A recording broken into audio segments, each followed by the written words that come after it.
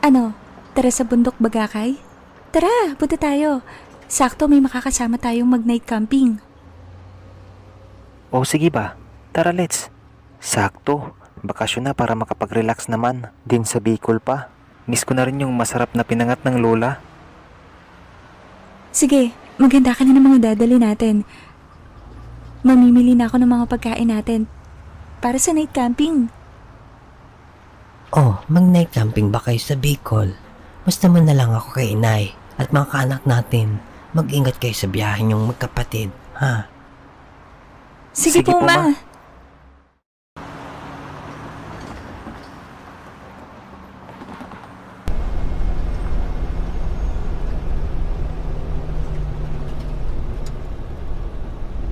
Matapos ang ilang oras, nagbiyahe na sila Krista at Josh.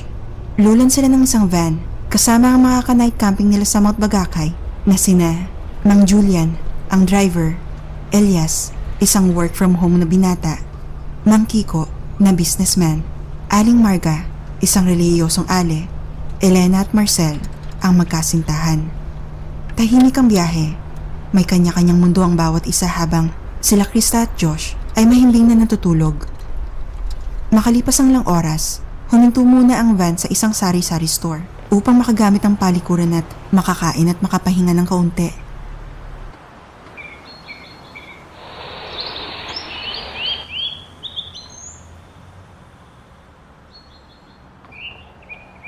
Oh, bomba mo na kayo. Kumain at magpahangin. At ako'y nadudumi. Hindi na kaya pigilan pa. Agoy, parang lalabas na ata. Salamat. Makapagbawas na nga rin. Mukhang sasabog ng pantog ko.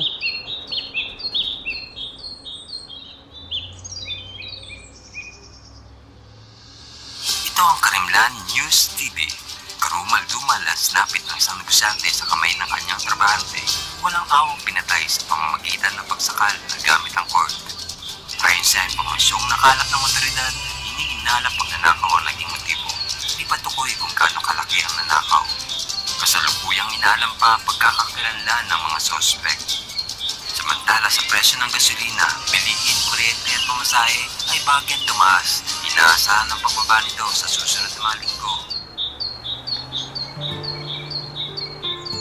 Pambira, basta tumupad ka sa usapan, then saka gagawin natin ang parte ko. At pagkatapos nun, magkanya-kanya na tayo. Visit ka. Ay, kayong dalawa, hindi ba kayo mag-siesta? Tara, kumain tayo. Sige po, sunod na rin po kami ni Elena.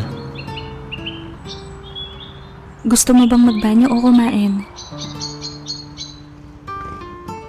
Soft drink na lang at yung banana Q. Dito na lang ako sa van. Sige, bili lang ako ng pagkain. Balik rin ako.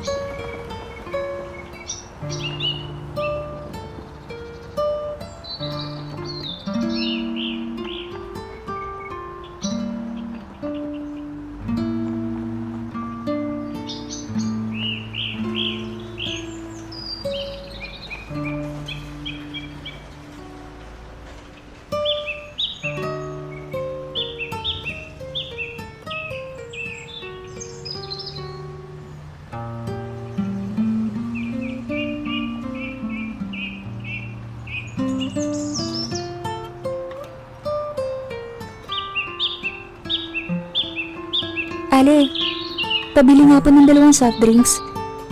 At itong banana Q. Oh, sige. Hintay lang iya.